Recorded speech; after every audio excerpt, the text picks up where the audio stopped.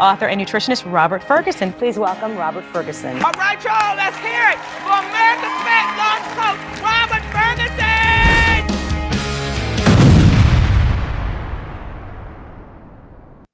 Boom! What's up, everybody? I sound like Lacey Green.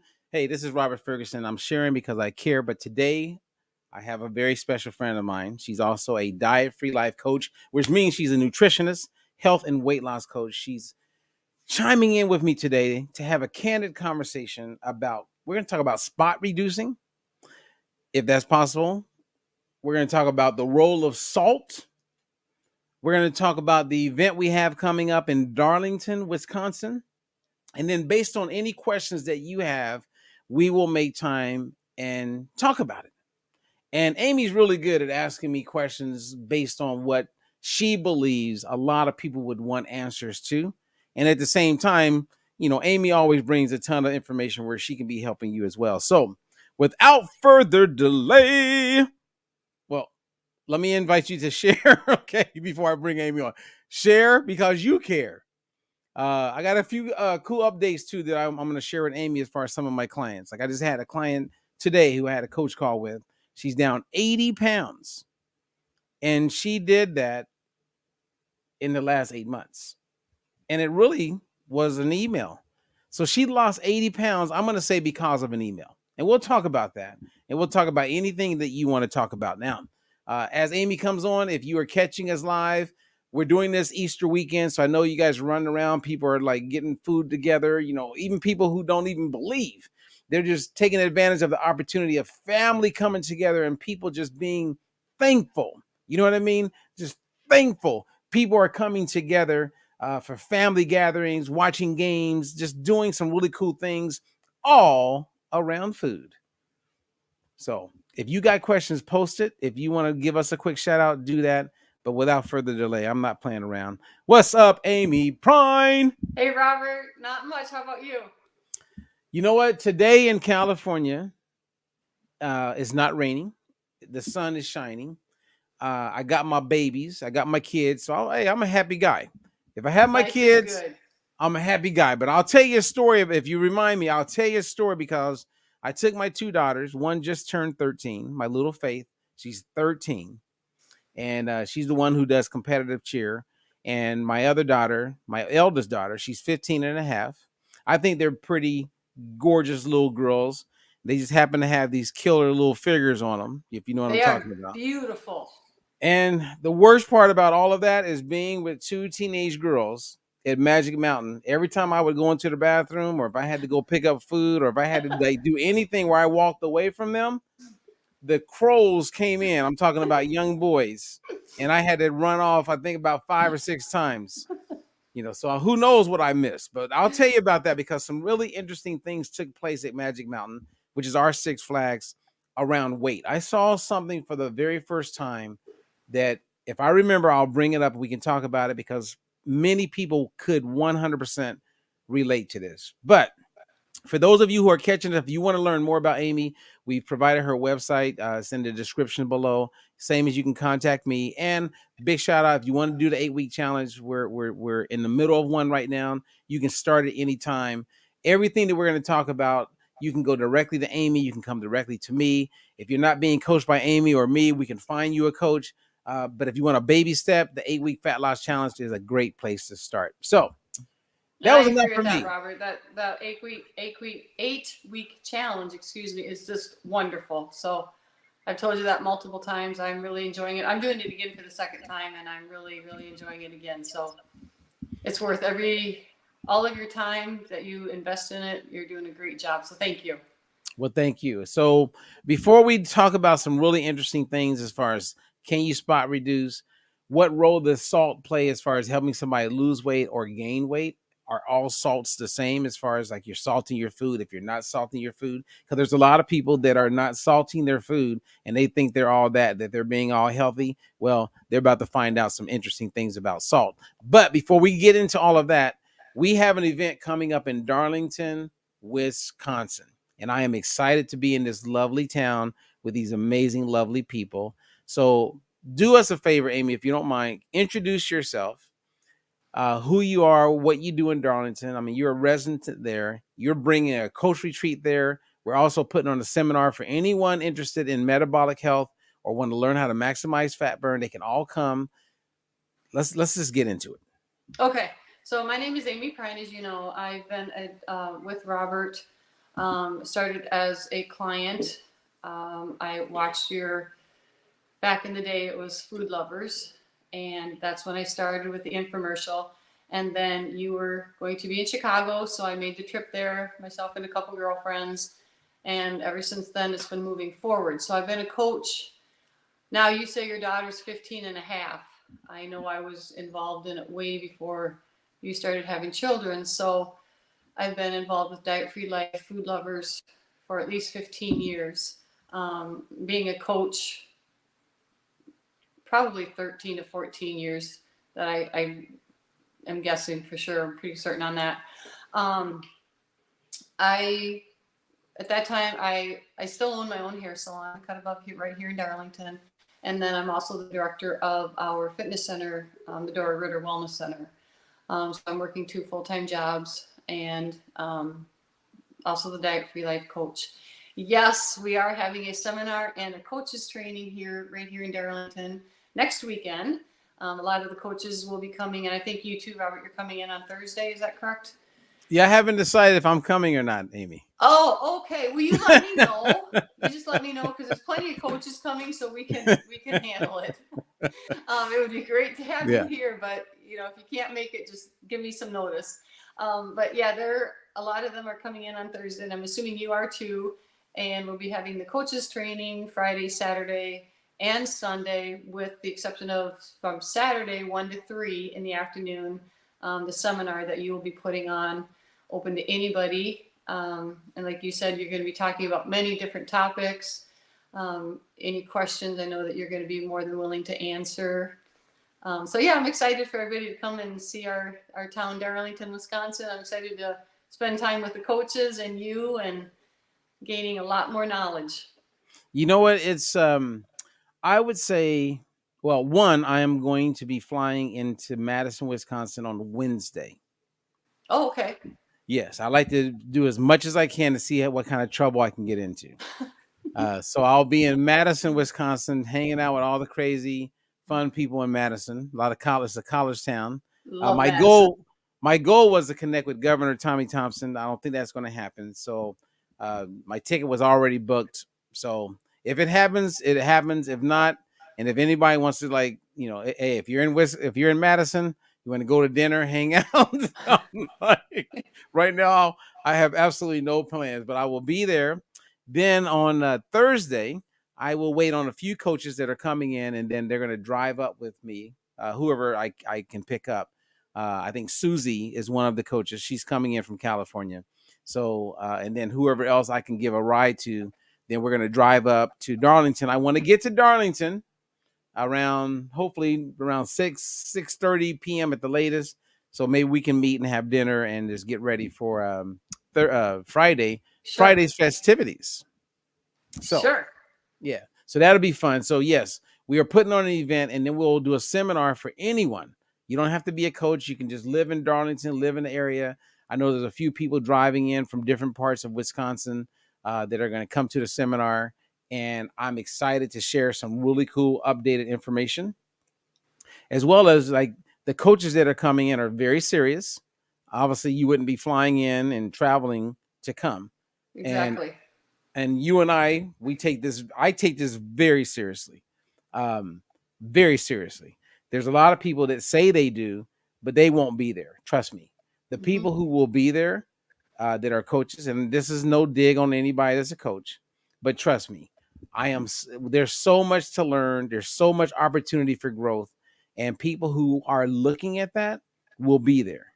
And I want to preface it by saying this, Amy, and this is not a dig on anybody, but I'm sharing this because I was talking to one of my clients this morning, and she asked me this question about how much protein should she eat? Like, what is a proper amount of protein? And I said, okay, that's a great question. Recently, I did a live on this. And it was a scientifically delivered live, meaning I didn't make it up. I didn't read a magazine and say, this is how much protein a person should eat. There are literature, there's citations, there's studies that have been done. Millions of dollars have been spent on studies to conclude how much protein a person could eat at one time, and it actually will be absorbed into the body and utilized and not considered excess. So I share that, and it's in alignment with everything that we do. And the reason why I'm pointing this out for people who are wanting to lose weight or be healthy, you are falling prey to hype. Like my client, when I asked her the question this morning, I said, so where did you, like, all right, you asked me this question, which is fine. How much protein I said, where's this coming from? And she said that she's been going to the gym with one of her kids' friend. And this person was talking about how you should eat at least 1 gram of protein for every pound of weight, right? Which Arnold Schwarzenegger, and it's in a whole bunch of bodybuilding books in the past. That information has been regurgitated consistently from one person to the next. And so if you go on TikTok or if you go on Instagram, all of the fitness models, all of these wannabe like healthy fitness people are all regurgitating the exact same thing. There's no scientific evidence. There's nothing that backs it. It becomes hearsay, like folklore. Oh yeah, we eat this much, and everybody's bringing their protein up, and they're consuming way too much protein. It's not even necessary. So when I was explaining it to her, I said, look, okay, number one, there's science, right? So you have literature that we could pull up. Number two, if you're lucky, you can work with people who have an experience. I have a personal experience for myself as a former pro athlete, former U.S. Marine, a guy who's been at this for a really long time. And then I've trained people to become on the Olympic team. I've trained many world champions at very high levels of athleticism. Mm-hmm. And I didn't have them eating all this protein. So you have the science, I have the personal experience, and then you have the observance of working with people. I mean, it doesn't get any better than that. So if someone says you have to have this much protein to get to this certain level, that would be a lie. You don't have to eat all this protein. And all the clients that I get, Amy, like I just had this lady who was one of my clients, her personal trainer had her consuming at, a woman, here she is like 30 something years old, about 140, 150 grams of protein a day. And she felt bad because she was falling short. She wasn't getting that much protein in, and she felt that was why she wasn't able to lose weight. So I took her on as a client at the recommendation of one of my other clients. We brought her protein levels down, got her eating where it makes total sense. And for the first time since having kids, the weight is coming down. Weight. So did you put her like on 15 grams per meal? Well, 15 grams would be the minimum that a person would consume. Right. So I would say for a woman, no more than 30 grams at a single time. I think you're good there. Mm-hmm. And then for a man, I would say 40. But then it depends. If you're Shaquille O'Neal and you got all this muscle mass, and you're going to eat more protein than someone who is Dr. Fauci. I mean, not the best example, but if you're 5'1", you don't have the same muscle and demands as someone like a Shaquille that's over 7 feet tall. And a biological woman does not have the same muscle mass as a biological man. So a man is going to consume. So it gets into that. And that's why, like, when you're coached with someone, or we coach people, we can customize specifically to them. Because if you're 65 years of age and you're a biological woman, I mean, it sounds stupid to keep saying that, but if you're a woman, you're not going to consume as much protein at 65 compared to when you were 25. Exactly. You don't have the same amount of muscle mass, so it changes. Right. And you're not as active, and the muscle mass and yes. You see what I mean? But when they generalize it, I would say if you're anywhere between 20 and 30 grams of protein in a single time, you're good. Now, here's a part that I'm gonna go slow, and I want you to pressure me if I need to give more information. You ready? Okay. Let's say that a person eats 5 grams of chicken breast. So let's say on average, you're getting about eight. So for 1 ounce, you're getting about 8 grams of protein. So 8 times 5 is 40. 40. We're already at 40. Now, let's say you have a sandwich. Well, each slice of bread has about 4 grams of protein. Now you're at 48 grams. You follow me? I do. Now, let's say you have that with a side of broccoli.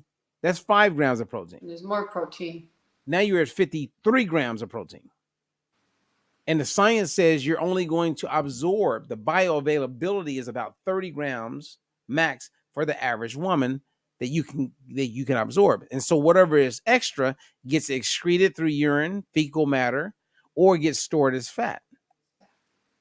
So most people, when they think of protein, they're not thinking about the protein in the bread. They're not thinking about the protein in the broccoli. They're not thinking about the protein in the asparagus.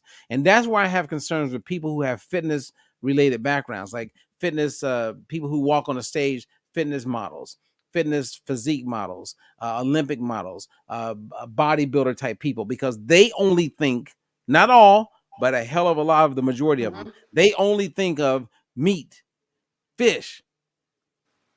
They're missing that there's protein in all the other things that we're consuming. There's protein in avocado. So that's why there's levels of nutrition. And don't get caught up in following an Instagram model. Don't get caught up in following these people on TikTok. Look at the science, people. We got to get smarter. I don't want to spend all our time on that, but it's like, come on. And this is an example where when people come to our seminar in Wisconsin, they can ask questions. And if I'm clear on the answers to it, I will help them out big time. If I don't know, I'm going to be like, at this moment in time, I really don't feel comfortable answering that, but I will get back to you because I don't know. See, and I like that. That's what really has drawn me to Diet Free Life too, because I've learned so much from you and I'm working with quite a few clients right now. And if I get asked a question, I'm exactly like what you just said. If I don't know, I'm not going to just make something up. And I always tell my clients, well, let me get back to you. I'm going to, talk to my mentor, Robert Ferguson, and I want the truth. And that's what I like. So Diet Free Life, as you always say, is science-based, clinically proven, science-based. So that's it. That's it, Debbie. That's it. And I just said Debbie because I wanted to highlight Debbie. Debbie, who just posted, she says, hello and happy Easter. So, I don't know about you, but I celebrate Easter. Oh, yes. Okay. So, happy Easter, Debbie. Happy Easter. and Debbie is actually a coach. She was a client. Now she's a coach. And Debbie's awesome. And it's funny saying Debbie, this morning, my other client, Debbie. Is Debbie. We had another Debbie who this morning she weighed in 80 pounds lighter. I saw that. That is fantastic. What that just has to do to you on the inside. That's amazing. And congratulations, Debbie. That is wonderful. Yeah. And she's off metformin. Better yet. Yeah. And we're off diuretics and we're off blood pressure medication. That's just amazing. So I don't know what's going on in the world, but if someone hears us say you're off metformin, because metformin sucks. Being on blood pressure medication sucks. Having to take diuretics sucks. And if you can get off of that and you're sitting there watching Amy and I have this conversation and you're not reaching out to Amy or me, what is that? Like Amy, you help me understand, right? So let's say that you have someone that you know really well, and let's say they're taking statins, and then they go on Google and they look up statins and side effects, and they start realizing that hell, people who take statins live a shorter life than people who don't. People who take statins are more likely to experience dementia and Alzheimer's than people who don't. And they hear you and I talk about getting people off statins, and they just sit there and listen, and then they just turn the channel or they don't do anything. What is stopping a person from taking action when they hear us say, because this is, I mean, they can talk to Debbie. I can put them on the phone with Betsy, who was waking up with 300 fasting glucose, and now she's in normal range. What would stop a person? And I'm asking, I'm asking you, I want to hear your opinion on this. What stops a person from getting with you and being coached by you when they know we're able to do this? I know I know hundreds of registered dietitians that cannot say this. I know hundreds of clinical nutritionists. I know hundreds of holistic and integrative nutritionists. They can't say 10% of what we do. And they even sit there and just go blah, blah, blah. They don't even know what to do. And they just keep selling what they've been indoctrinated to teach, even though they know there's a better way. They just keep selling lies. Mm-hmm. And that's why when I said earlier, when people come to the retreat, these are humble coaches, mm-hmm. Keyword humble. And those who are looking to like take their expertise to the next level. I don't have people come to the retreat to be playing games. I have people that come to the retreat because like they value the information and they want to become better at delivering information that can help people. Mm-hmm. So I'm renting because it just, I mean, this world that we live in, it just drives me absolutely crazy because I agree. Because everybody deserves an opportunity to live their best and healthiest life. Mm-hmm. And you have people that aren't giving them the best. They're like, it's like a grade school football coach. They're grade school football coaches. And we're like pros. We're like at the highest level coaches. And they don't want to, and they have a chance to, even if they want to stay with grade school, why wouldn't you want to give the grade school kids the pro expertise? Mm-hmm. Oh, whatever. My opinion. Yes. Your opinion. My honest opinion on what you just said is I feel, well, first of all, I'm very proud to say I feel like I'm very fortunate and I'm extremely grateful. I am on no medication. At 56 years old, I'm very proud of that. I'm going to give Diet Free Life a lot of credit for that. And the fact that I have the motivation, I want to continue learning. So to answer your question, my opinion is, I think it is so much easier to take medication than to take the time and figure out your meal planning, what you need to have in the house, what you need to change, your lifestyle change. It is, I mean, I've had people say that to me. It's easier to take the medication. Okay, but all right, but stop there. Let's have a real conversation. Because, and I say that because it is real.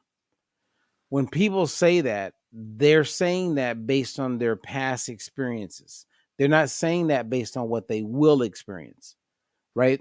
So if I'm working with the average client, which you know, in their mind, when you start working with someone and it's about weight loss or improving their health, in their mind, they have already created a story of what that looks like. Unfortunately, what we do, they can't create a story because they have not experienced it. Right, they don't know. Mm-hmm. No, I mean, but do you see what I'm saying? Like, they don't know what they don't know. So and that's why people stay on the fence, because the number one thing, I remember when I did my first infomercial, I had 24 of my clients that they would bring in and then they would interview them. And the one thing that stood out to me was that every one of my clients, all 24 of them, were saying the same thing, meaning I went in to do this and I expected it to be a certain way, and it wasn't anything what I expected because I never had to really give up foods that I love. And that's the big difference. They didn't feel like they were on a diet. So when you talk to people, even as a coach, and we'll talk about this in our coach retreat, whenever you're talking to people, you want to get in the frame of mind of how they're perceiving what you tell them. Most people, when you say, yeah, I have a program for you, they're all in because they're ready to do what they remember doing in their other diets, because they don't know how great it's going to be. And that's the big surprise when we coach people with the Diet Free Life methodology. They learn that they can still eat mashed potatoes. They can still have their mac and cheese. They can still have that biscuit. They can still eat foods that all the other diets they've experienced restricted them from. Restrict them. They cannot have them. So that's been the ongoing challenge of what we do, is like, how do you like get people to get that when they don't have any reference? You know what I mean? Your thoughts? Like I said, I getting back to what I was on is I feel, I mean, I've heard people say it's just easier to take the medication. They don't want to make the changes in their lifestyle. And as like you just said, it's so easy. You are not restricted to what you can and cannot eat. You eat what you want to eat. It's how we put our foods together. To me, that's so much easier than taking the medication. So I mean, it's mind-blowing. It's mind-blowing to me because there are people who have parents that are overweight and that are challenged. There are people who are challenged right now. There are women right now that may catch a live and their husband has high blood pressure or high cholesterol, and they will not take action and do anything about it to help the people that they know are challenged. That's the truth. So whenever, like when people, you've heard me say this many times, because I get asked it a lot, and they'll say, so Robert, what's the solution? How do we get people to reverse like all of these challenges we have with our health and our weight? I go, it's not going to happen, unfortunately. And they go, wow, that's that. You're I thought you were an optimist. I go, it ain't going to happen. Jack LaLanne was here. He's gone. He didn't change it. The weight's still been going like this. Dick Gregory was here. He's gone. That didn't change it. All the people who have been here that have been preaching it, it's gotten worse and worse and worse. And so why is that? It's because most people, it's not that they don't care. It's that there's a lot of ego involved, and there's a lot of, well, I should have known better. There are really smart people that I know that are in the health and wellness space. They know what I do. I have a whole bunch of physician friends. They ain't going to watch this video because they don't want to hear the truth, because it contradicts a lot of the bullshit they've been sharing with people. So they're going to just block and suppress what we're talking about. They're not going to do anything. Which is the same people who are the leaders in a lot of these companies and big companies, I can show, like we've been doing I'm showing them the proof. I'm putting them on the phone with people. And they're not doing anything. And then you got the people who are like biased because they're making money selling supplements. I was working with a supplement company, Amy. And this is true. And you can read behind the lines. I'm not going to mention the name of the company. But I was in the room with a whole bunch of the leaders in this company. And the CFO, the chief financial officer, who also was a big part of the marketing officer. He said, so you have these fat burning meals, you teach people how to eat food to lose weight. I go, yes, sir. Now, everybody's in the room that are the influencers, the leaders of the company. He says, I don't think it's a good idea for us to teach people how to eat the way you teach people how to eat. And I was like, excuse me? Now, all these leaders are in the room, and a lot of these same leaders are still part of this company. And I work with a lot of companies, so you can't pinpoint it. You have to really know me to know who I'm talking about. But this company sells supplements, and I've worked with a whole bunch of companies that sell supplements. And this guy was like, he goes, so I think it will hurt our business if we teach people how to make fat burning meals, because we really want them relying on our supplements. I mean, did you hear what I just said? I just did. Yep. This is at the top. This is at the top. So when you or anyone says, Robert, I want to, I got these dreams. I want to help more people. And all these people I want to help. Do you really want to help more people? Because once you're getting paid selling a supplement, you don't see a whole bunch of people selling a supplement that are teaching nutrition. Nope. Let me say that one more time. You don't see a lot of people that sell supplements that are promoting, advocating, and teaching nutrition. You don't see it. Now, I have some coaches that work with a whole bunch of supplement companies. You got Herbalife, you got Beachbody, you have Modere. There's a whole bunch of them. And I'm always watching, are they teaching nutrition at all? Or are they just selling a supplement? And people better wake up, because the ones that we're talking to, the ones that we present to, the clients and customers that are out there, we're trying to help them. And by the time many of these people figure it out, Amy, they're dead. Mm-hmm. It's too and late. They can't come back and go, damn, Amy and Robert were right. It's too late. They're gone. It's over. Yep. So what can people do? Well, learn how to eat real food. And if you're going to supplement, great. Supplement where it makes, the word supplement tells you that is not the priority. It says supplement. Supplement is like in place of. When I can't eat broccoli, then I'm going to eat this because I don't have access to broccoli. I don't have access to food, so I'm going to supplement here.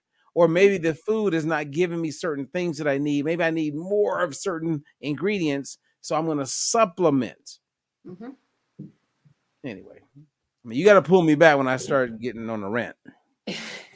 I'm enjoying it a lot. So I live by what you say a lot, is eat as close to nature as possible. And you really don't need the supplements. If you're eating as close to nature, it's the best thing you can do. Well, and there are some supplements. I mean, there's some, but I'm just saying, I would love to see a balance, right?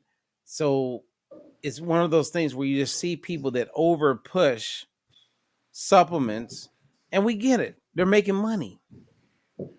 There are people who are like doing a protein shake in the morning. Then they like supplement a little thing here. Then there's another, I'm going to add this little supplement. Then it's like, I'm going to do this. And then I'm not going to eat a meal, or maybe I do one meal a day. Like, are you serious? And then I just tell people, watch these people. Watch them for the next year. When you met them, were they already lean? Are they overweight? Like what? I mean, and we don't know the details, so I'm not judging anybody. Right. But if a year goes by and they still look the same, if 2 years goes by and they still look the same, and there was weight to lose, there's something going on here. Something's not working. Well, we know it ain't. They're definitely not eating. They're not. But you're selling me. So you're selling me to do a supplement that you're saying can do all of this shit that is good for me. But every time I look at you, there's no change. Now, there are some people who have conditions. It could be insulin resistance. They could have had a thyroid disruption. They could be dealing with obesogens or endocrine disruptors that are causing their fat cells to be resistant and to inflame and weight loss. Okay. They may have Hashimoto's. It could have Graves' disease. I mean, if I were that person, I would let people know what you're battling with. Be transparent, but don't sell me on an outcome, and I don't see you demonstrating the outcome. Exactly. Yeah. So anyway, So we're going to talk about stuff like this in Darlington. We're going to go into detail and then give people solutions to like how they can get the outcomes that they want. Now, in our time, because I've been ranting a little bit in a positive, I said that we would touch on salt. We could touch on can you spot reduce, and we could talk about the retreat and what we're going to be doing in Darlington. But I'm going to go with your guide now. So you ask me whatever questions you want to ask me, Amy. Let's touch on the sodium. Okay. So the information that you are willing to share with the sodium, I feel like I need a lot of, I don't have a lot of knowledge on the sodium. I know you did a talk on sodium not that long ago, and I really did learn some things on there. So I was the person that, not that I avoid sodium, but I don't use the salt shaker. So I'm the one that does not put on added salt. Okay. So when in 2005, when I was putting together 18 years ago, when I was creating the Food Lovers program, I remember challenging myself and questioning myself when it came to sodium, because I couldn't find any evidence that supported the current dietary guidelines around sodium. So at the end of the day, in that method in the program, I just went with what was already standard. And I knew that I wanted to do work with medical organizations, with the government. And so I wanted to like be in alignment with the US dietary guidelines, but I questioned everything. Moving forward, in 2015, I had come across a significant amount of papers. And then I also came across this physician, well, not a physician. He was a pharmacologist, and he had done the work. And this is what what he discovered, which really helped me out, which I'll share the details with you in person. But going back to 1904 is when the hypothesis came about that eating salt will cause your blood pressure to go up. The reality is there was never evidence that supported that. Never. And it lingered, and there was somewhat of a debate over the years. And then we get to this place where you start to go, okay, let me think about it from a critical thinking standpoint. If you go to Japan or you go to Korea, they eat more salt than most places in the world, but yet they don't have hypertension like we do in the States. Number one. Number two, before we had refrigeration, how did we preserve food? We salted it. That's how you could keep it. So data is really clear that we were consuming 4 or 5 times more salt before refrigeration compared to like how much salt we consume today. Salt has always been respected. It was looked at as people traded for salt. And when you look at animals, like I remember owning horses in the early 90s, and I remember we bought a salt block. And I was like, why do we have a salt block? It's because the horses are constantly licking the salt block. And if they don't have access to a salt block, they will jump a fence to go hunting and looking for salt. And if you look at hunter-gatherers, we always consume salt. When they ate an animal, they would eat, a lot of times they would eat the blood, in the tissue of the animal, there's a ton of salt. So we've been consuming salt forever. And then once they brought in these guidelines that never had evidence, the same time they were talking about cholesterol, which they finally admitted in 2015, if you eat cholesterol, it doesn't cause your cholesterol to go up. They still haven't admitted this about salt. That as people consume less salt, blood pressure levels went up. Hypertension went up. And then people started taking diuretics based on the hypothesis of consuming salt. And then you saw things get worse. So when I would work with pro athletes, I knew that, as well as myself, that electrolytes were important for performance. So I would create these cocktails for athletes, especially boxers, when they lost weight.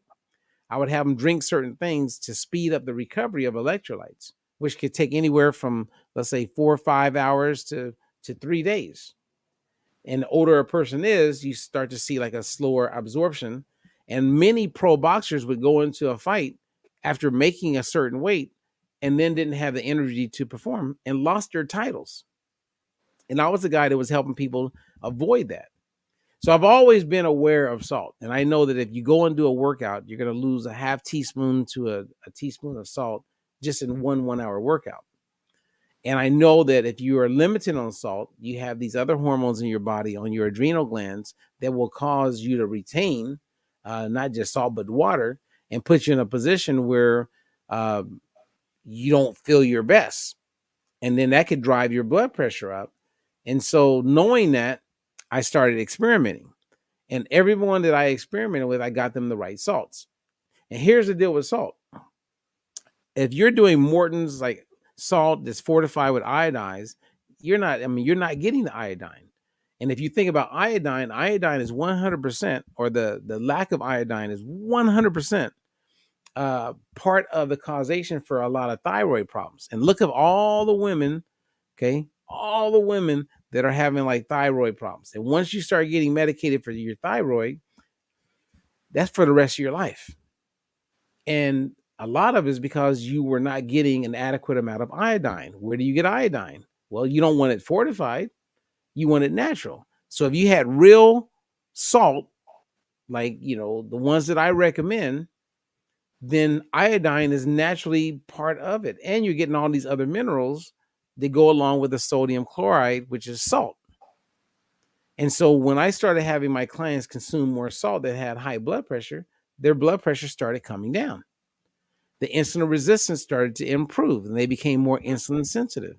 Their energy got better. They had less cramps. Some people are cramping when they work out. Some people cramp in the middle of the night, wakes them up. And all of that ties into a deficiency of salt. Whereas the world is like, oh, stay away from salt. So like with you, it's like the way you work out and the way you perspire, consuming salt and making that part of your routine is a game changer. Would be a good thing. 1000%. And it goes against, so the only clients I can really do this with are ones that trust me and I've been working with for a long time. But, in my interview, when I'm on board a client, I'm hearing them say, yeah, I cramp a little bit. I said, do you ever crave carbs? Oh, all the time. That's another sign of a salt deficiency. Oftentimes you'll hear someone say, yeah, I want something salty. That's another sign of a salt deficiency. And then you get the people who substitute their salt with like these fake salts again. But then the physicians, God bless them, they've been indoctrinated to go with a hypothesis that has already been out there for a long time. And many of them are not challenging the science of it. There is no science. And then the only thing that I came across, Amy, that what they call science, as far as that proves that consuming less salt will improve your blood pressure, was the DASH diet. And I question the DASH diet because, yes, there's no salt being added, but there's no seed oils also. So was it the lack of seed oils that improved your overall health, or was it the lack of sodium? I'm going to go with the fact that it's the lack of seed oils where they got most of these results. And the added sugar, I think, is playing a bigger role in the negative outcomes than salt. Salt is our friend. And from a biblical standpoint, Egyptians, like forever, you go into their tombs, you see salt, you see honey, you see a lot of things that have been demonized. And so we're at a place where in my own personal coaching experience, I have seen it. And then all the evidence is there. There's so many papers been written to prove that consuming more salt does not cause you to have higher blood pressure. It does not. And I welcome anyone who hears this for the first time, any physician, to like question me on it. And the ones who are my friends, they know me. I go, and I have a lot of clients that are their patients. If you want to see the truth, I got 19 papers I can send you. 19. So think about this. It's the same as it went to cholesterol, right? They said very clearly in the 60s And they wrote it into the dietary goals, and it was in the first food pyramid, that if you eat cholesterol, like eggs, shellfish, it will cause your cholesterol levels to go up. Mm-hmm. And if you have higher cholesterol, you increase your likelihood of cardiovascular events. Mm-hmm.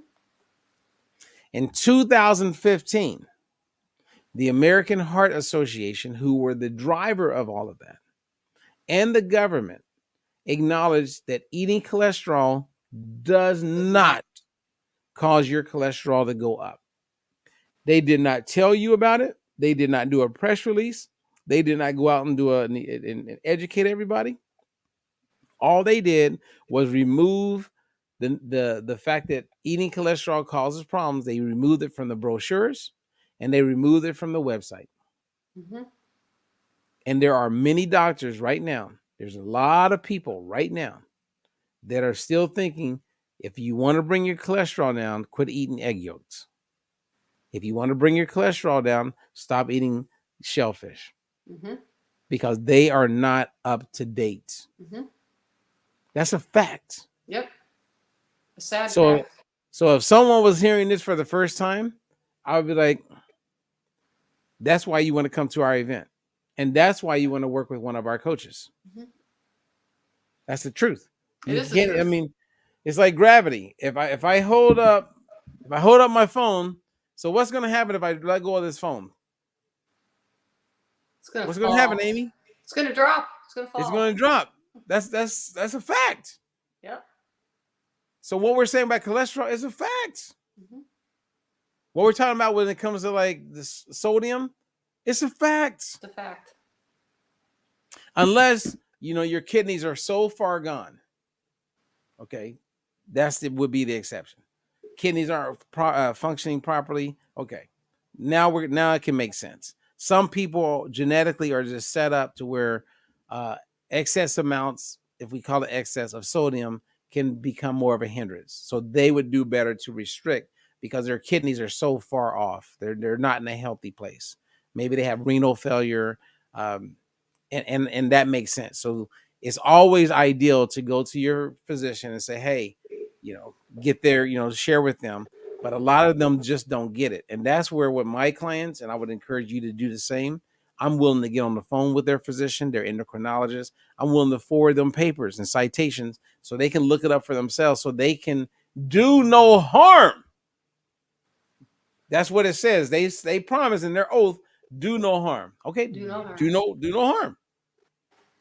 So, question: is there such a thing as too much salt? Then, like what would be too much salt?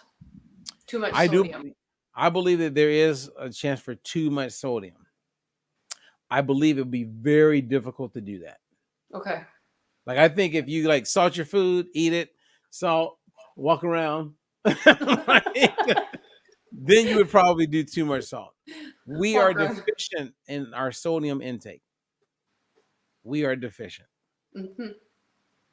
Well, yeah, And that's something that I did not know of. I was not aware of, and I actually have low blood pressure, so sodium would definitely, like you said, the way I sweat too, so it'd be definitely a good thing. So yeah, I did not know all of that. So that's what I love about diet-free life. There's always that extra knowledge that you give to us. So, and my recommended salt, I am a fan of Redmond salt, which is, they get it in Redmond, Utah, Redmond. okay. And if you look it up, you can get it in most grocery stores, especially like Sprouts or like a Whole Foods, but you can order it on Amazon. So Redmond salt. Okay. It has a good amount of iodine naturally occurring in it, and it has a ton of minerals in it. Nothing's fortified. It's just naturally there. Whereas a lot of these salts, like for instance, I surveyed a good amount of clients. I didn't do a percentage breakdown, but I would ask my clients in the last few weeks, I said, what kind of salt do you use? And a large majority of them are using two salts. They're using either the pink Himalayan salt, or they're using sea salt, SEA, sea salt. Now, the pink Himalayan salt is closer to nature, same as like the Redmond salt that I use. The sea salt could be good, like Celtic sea salt could be, but most sea salt, when they test it, 90% of sea salt, they find metals and micro and nanoplastics in the salt. Really? And those things are what they call endocrine disruptors or obesogens. An endocrine disruptor, endocrine glands, like your fat cells are an endocrine gland. And so you create disruption in that gland, which then leads to insulin resistance. There you go. And I'm going to add, on the 8-week challenge, you really talk about that and go really in depth on that. And so again, if you're on the fence with the 8-week challenge, I really, really recommend it because you will learn all of this in that challenge. You got it. So where are we? We've been talking for a while. So what do you want to talk about now? There's so much we could just go on and on. That's why, if you can make it to the seminar on a week from today, actually, well, that came up fast. Please come, it's worth it. Question, I do have a question. How do you feel about spot reduction? Oh, that's a good one. You know, whenever I hear someone mention spot reduction, I think of the Thigh Master. Remember that? Mm-hmm. Oh, yeah. What was her name? Celebrity. I have Thigh one Master. too. What was her name? I had okay, so if anyone's watching us after this long of a time, and you like, what is the woman who created the Thigh Master? Sold millions and millions, if not billions of dollars. What is her name? What is her name? Talk to me now. Okay, the Thigh Master. It's gonna come to us. Now I want to acknowledge we got Gladys. Gladys is awesome. She goes, "Oh my God, I am shocked about the sea salt info. A doctor in Africa just recommended it to a family member, and after hearing this, it's a no-go." I go, Gladys, you need to be. Gladys is my client, and I consider her my friend. We need to have an appointment. This is the benefit of when you're working with a coach, Gladys. If you're working with me, there's so many more things you're going to learn. But sea salt is one of the worst things that you can do. It sounds healthy because you hear people say, "Oh yeah, I use sea salt," and they say it with confidence, almost like an arrogance. It's like, well, you don't know this, and go Google if you want, and you will find out that every time they do studies on sea salt, 90% of sea salt, 90%, they find metals and nano and microplastics in the sea salt. Our oceans are polluted, you guys. Mm-hmm. If you look into oceans, like when I ask people, I said, where do you think the plastic goes that we recycle? Yep. There's a thing, I think it's like 5 or 7 miles wide in circumference of plastic together floating in the ocean. It gravitates to each other, just floating. When you recycle plastic, it goes in containers, goes on these big ships. They take it to China and India and dump it. And the people who live in those areas, kids are being born with 3 arms, extra nose, all kind of problems. These plastics, most of them are made with forever chemicals, meaning they ain't going nowhere. And they're endocrine disruptors. They're obesogens. Mm-hmm. Look up obesogens. There's a paper that recently came out where it was clear that obesogens are causing major problems and insulin resistance, and why some people are having a hard time losing weight. Losing weight is not most people's fault. It's not most people's fault. It could be the makeup you're using. It could be the air you're breathing. It could be someone who smokes that you're around them. Those are obesogens. It's playing a role in this mess. It's disrupting things inside your body. This is not like foo-foo talk. This is real talk here. This is real. I mean, come on, man. If you don't think education and being informed is worth a lot, you know, it's kind of like Amy, like I was talking to you, and when we do the coach retreat, I go, look, people are not just hiring us as coaches. They're hiring us as educators, people who will keep them informed. They don't got to go read all the papers. Like I'll have a client that'll get down to a certain weight and they'll go, all right, you know, Robert, it's been good working with you. You know, I think I got this. Okay, you got what? You got what did you get? And they go, well, I feel like I know. Okay, all right. You don't think next month there's more information? You don't think next in 3 months there's going to be other things you want to know about? Because I'll post things on Facebook and I'll have people who were my client message me, hey, can you tell me? No, I don't want to tell you about that. Mhm. You're not my client. Now, there's some things I'll share because I share like this anyway. But certain things, I mean, I work my ass off. You know what I mean? I stay up late at night. I get up early in the morning. I go to lectures. I have a network of people that are like in the know. That's the value that I'm giving to my clients. And if I'm doing that and I'm sharing it with you as a coach and our other coaches, then that's saving them time and energy. And if they're doing it also, man, we're powerful. Mhm. That's what people are lucky to have access to and pay for. Because at Exactly. the end of the day, what Einstein once said, he says that one of his biggest fears was the day that technology surpasses humanity. And when it comes to nutrition and food, that has definitely happened. Mhm. I mean, come on. Anyway, Debbie Phillips is amazing. She looked it up, and 007, whoever that is, I don't see the name, but they said it was Suzanne Summers that we were talking about. There you go. Suzanne Summers came with it. So the question was, remind me, it was I think spot reducing. The Ask Thigh it again. Master. Thigh Master. Thigh Master, but what was the question? Ask it again. I'll answer it, and I'm going to give ourselves another 5 minutes, and then we're done. I just asked you how you felt about spot reduction. Okay. Woo! This is a good one. Actually, in our retreat and maybe in the seminar, I'm going to share some really interesting things about spot reduction as it pertains to a conversation you and I just recently had about adverse childhood experiences. Mhm. Remember we had that talk? Yes, good conversation. So, Great conversation. yeah. So all the coaches will get informed on that because that's powerful. And I'll share all the stories that I share with you with them. And then there's And I'm not others. going to let you forget that because that has that conversation that we had has been on my mind. So that's something that I'm going to remind Oh you. no, trust me, that is one Very powerful. I'm opening up with that story. When the coaches are together, I'm opening up with that. Because that touches in. So let me give everybody I'm not going to go into detail, but here's an example. I was talking to one of my clients this morning.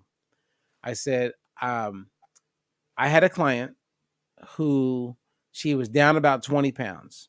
She had about another 30 that she wanted to lose. Her husband makes a comment to her that, hey, could you lose weight more in your belly? Because your boobs are getting smaller. Once he planted that seed, psychologically, she became insecure. And then she went on a mission. How can I lose weight only in my belly and not in my boobs, my chest, and my rear end? And we had a hard time losing weight because she was fighting herself. Her solution was to keep her breasts. What I thought was her solution was to lose 30 more pounds.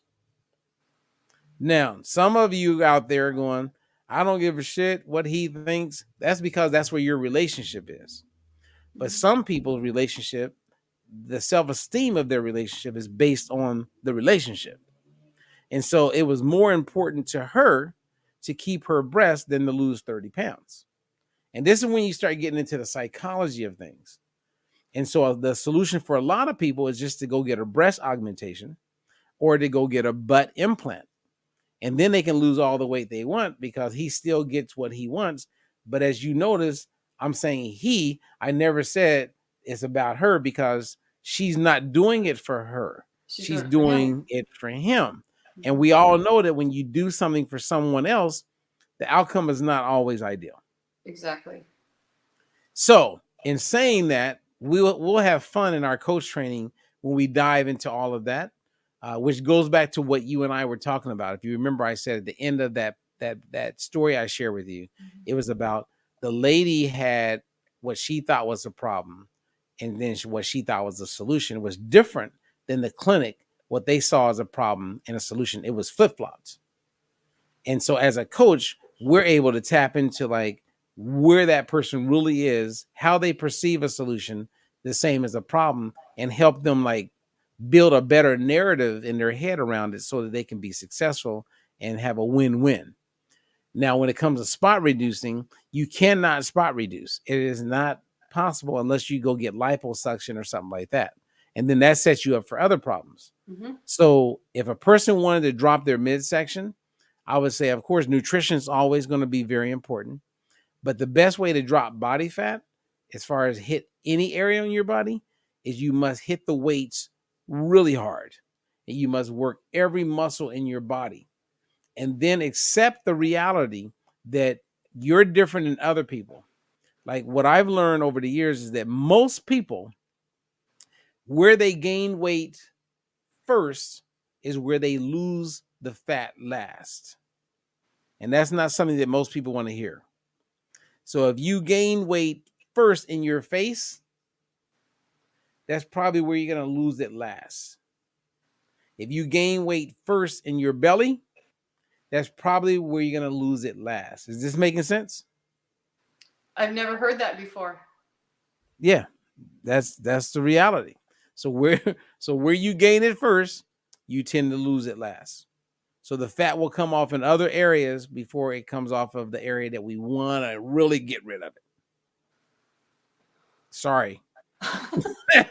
You can read my face.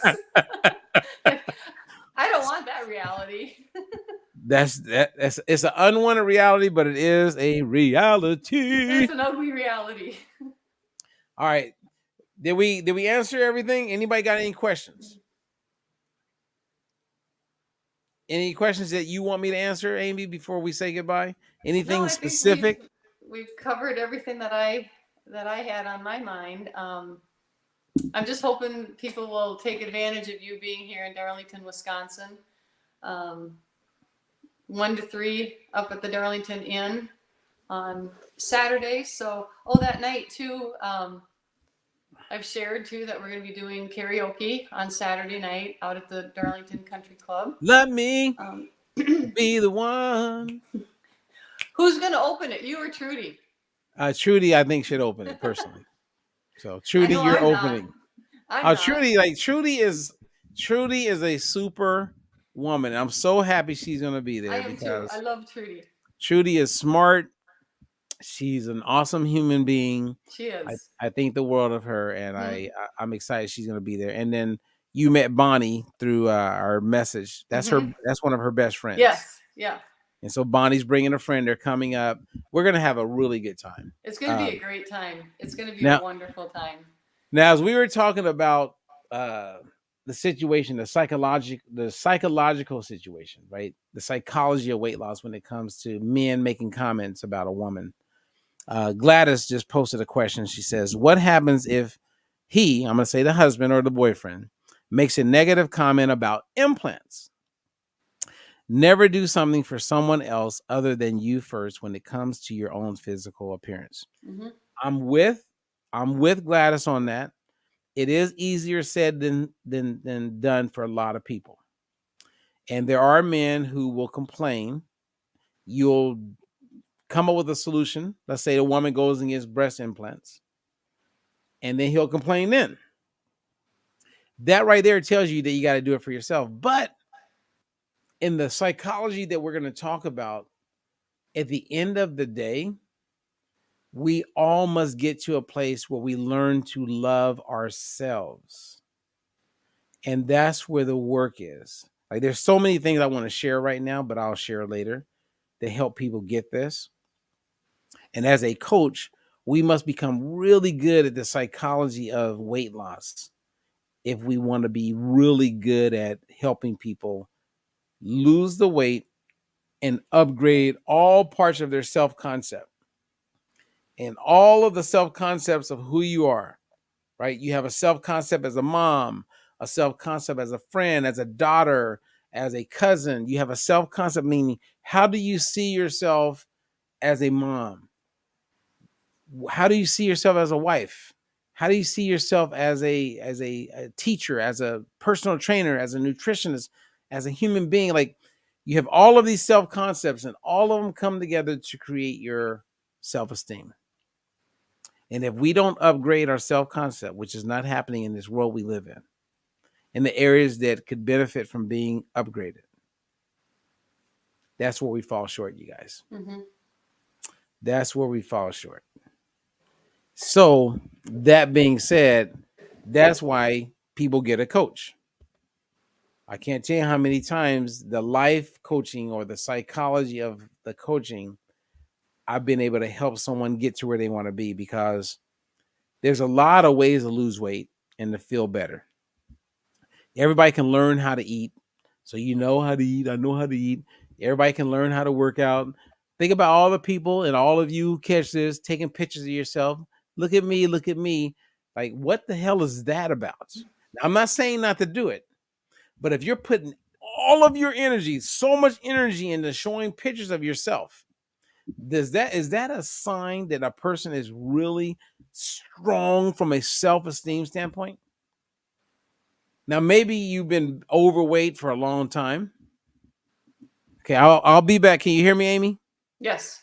All right, so I want you to you talk for a second. We're almost done, but you take it for a second. I'll bring my camera back on. Okay, so I'm not real sure where Robert went.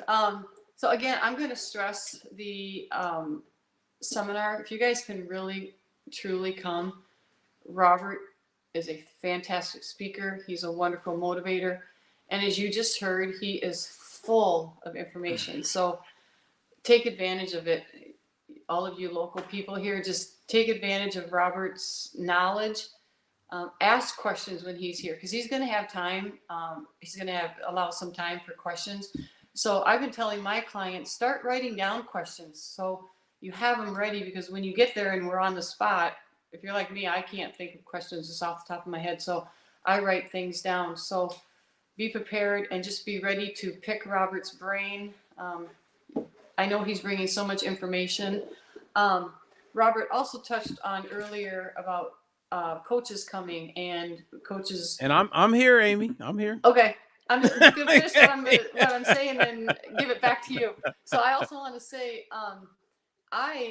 from Wisconsin, I also take the time. I've been to California 4 times to Robert's coaches training. So it is worth it. I mean, yeah, you get the hotel, you get the flight, all this and that. But point being said, it's worth it. So if you're here in the area, make it a point to come.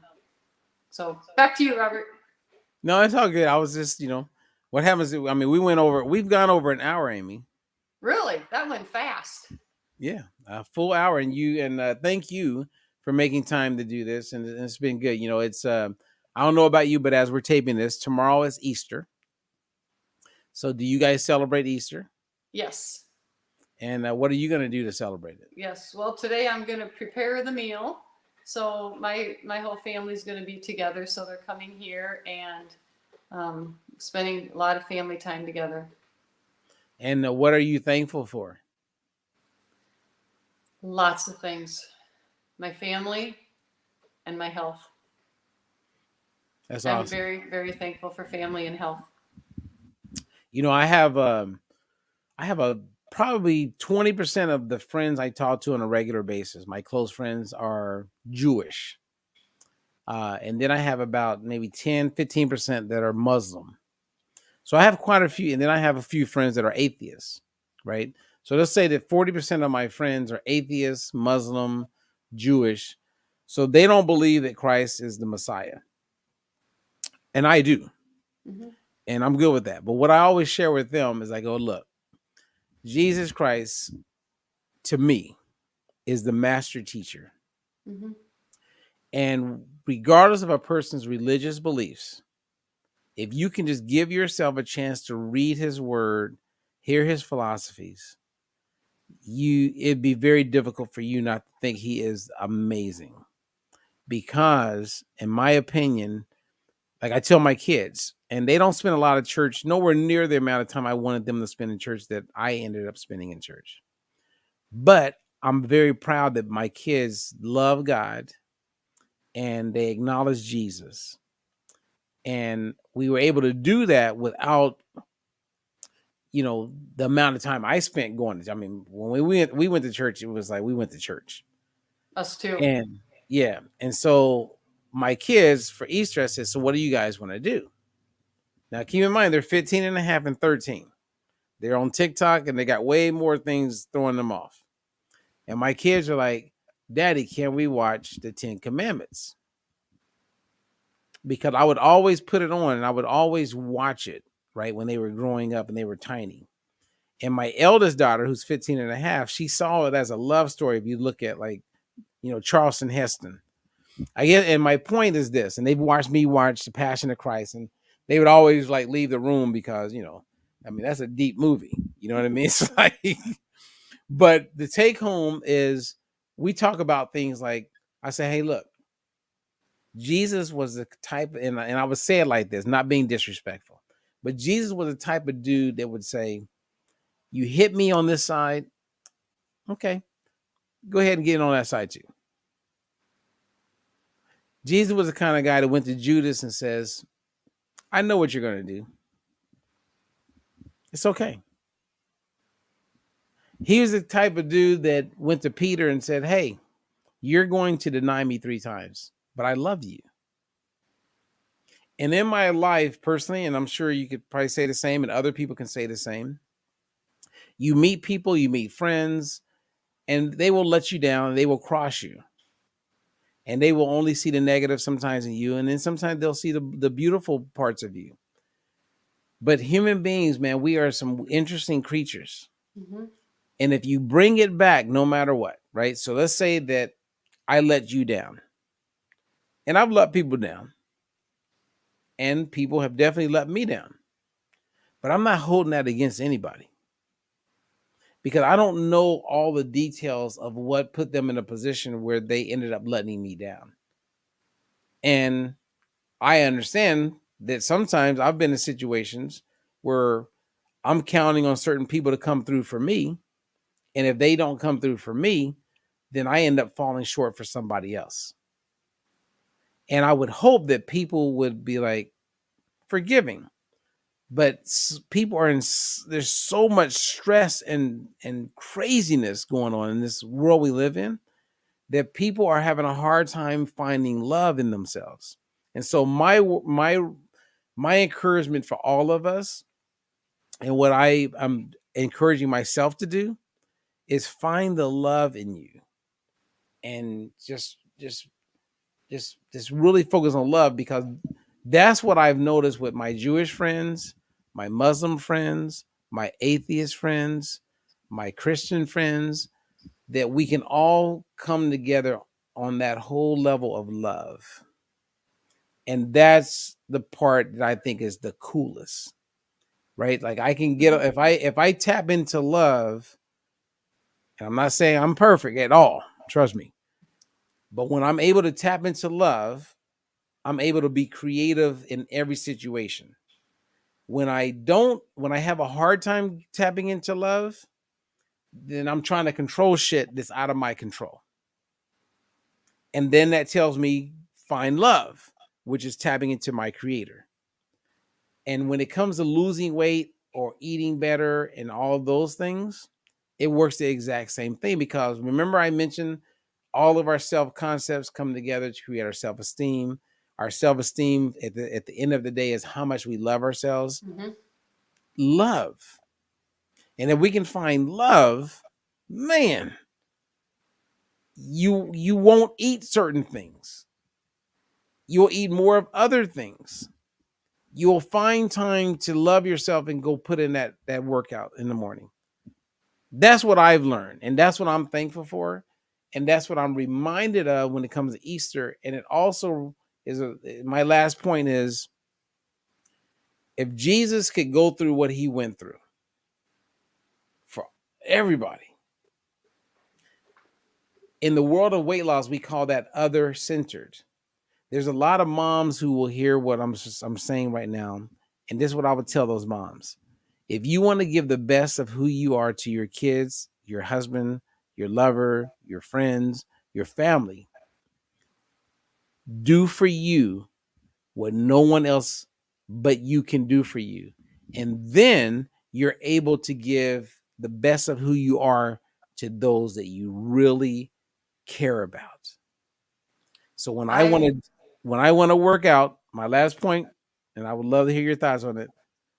My kids were like, "So, Daddy, what about you?" I go, "If I don't work out, you guys are not getting the best daddy. If I go work out in 30 minutes, then you're getting the best daddy. So, do you want the worst daddy, and I stay here with you, or are you willing to compromise and let me have 30 minutes so you can get the best daddy?" And my kids are like, "Go work out because we want the best daddy."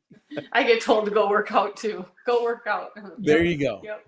There So you what go. you just said prior to that, what you just said, I had that exact conversation with a client. I said, you have to take care of yourself because she is one person that has all these different, she's pulled this direction and that direction and every direction. And we've had a lot of in-depth conversations. And I just said to her, you have to take care of yourself before you can take care of anybody else.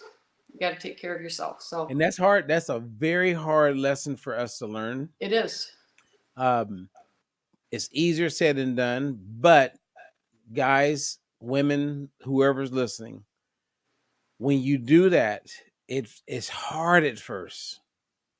It's really hard. And the story that I'll end on is my sister got in an accident when I was 20 years old.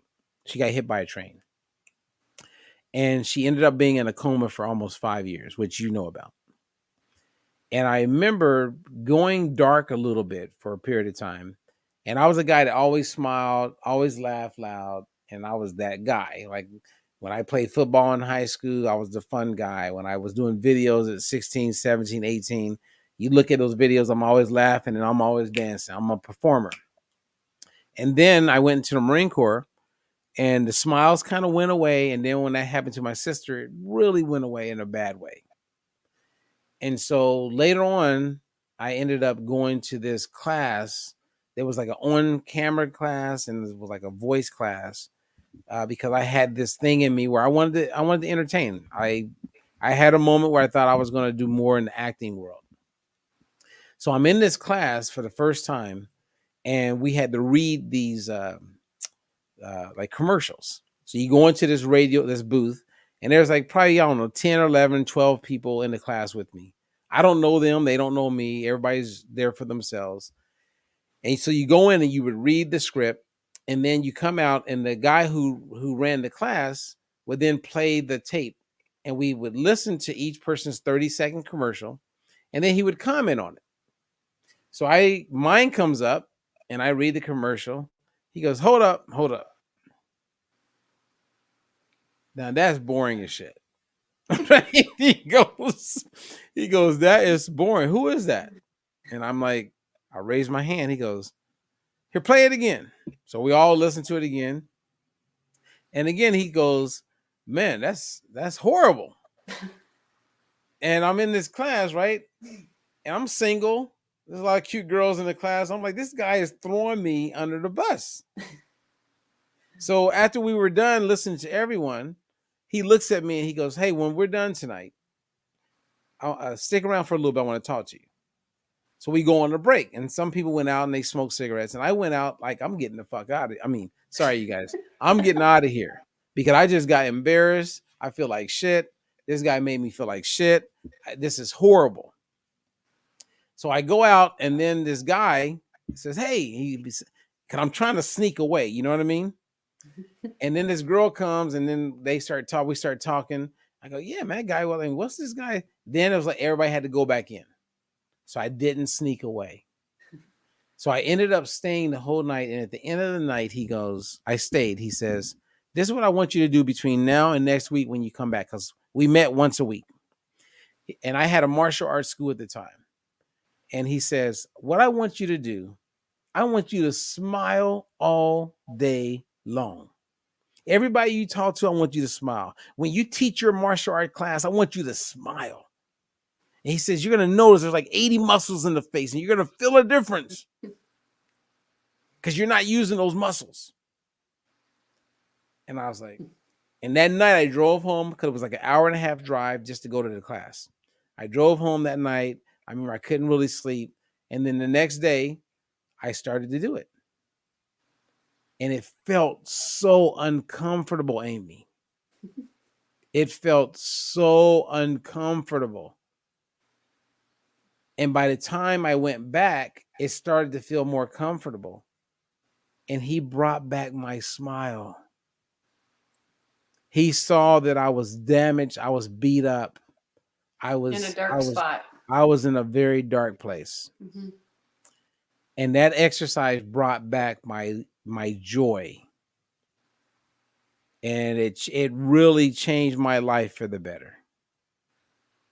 And Good. so sometimes when we have clients, you and I, it's important for us to give them exercises, things to do between our coaching sessions so they can come back and be stronger. And it's important for us to tell them that you're going to probably feel uncomfortable. But I want you to know that it's okay to feel uncomfortable. And I want you to know that it's challenging. It's kind of like when we tell people, hey, this week I want you to keep all your meals of protein and slow carbs. They don't want to do that. That sucks. But at the end of that week, they're in a better place. Mm-hmm. And you know, you and I both know that. Oh yeah. For sure. And it is uncomfortable. It is uncomfortable. So anyway, I'm done talking about that. We're done. You had me on here way too long. It went by fast. It did. So thank you very much, Amy. Thank you. I look forward. Now, do you know how far of a drive it is from Madison to Darlington? An hour, but the airport's probably another 20 minutes. So probably. Oh, it's only an hour? Yep. From the west side, but the airport's on the east side. So I would say an hour and a half from the airport. If I had known that, I wouldn't have stayed. I wouldn't stay in Madison only. I would have just came up to Darlington. Well, you still can. No, I promised a few people that I would give them a ride. But here's the good news. For those of you coaches who are like flying into Madison, I mean, an Uber ride, I mean, maybe $60. If that. Just get a damn Uber. If you can't I thought it was like a 2-3 hour drive. No. So, no. You guys are good. I mean, shit, I may actually come up to Darlington on Wednesday night. Why? I mean, anyway. I think you should. Well, we'll see. I'll ask. I promised Susie that I would give her a ride, and I got another coach that said, "Hey, if you're around, give me a ride." So we'll see. Okay. All right. Yeah. Just anyway, give me a heads up when you're coming to Darlington. Okay, I will. Which I'm sure we'll be talking throughout the week. All right. Well, you have a good weekend, and happy Easter to you and your family. And happy Easter to you, and thank you for your time. All right, you guys, be blessed, everybody. Please share because you care. That's why we share. And until the next one, I'm Robert Ferguson. This is Amy Prime. You have access to our information. Check out Amy. She's amazing. She can help you. She can play a big role in where you want to go when it comes to your health, weight loss, and all of that. So until the next one. Thanks, Robert. Peace.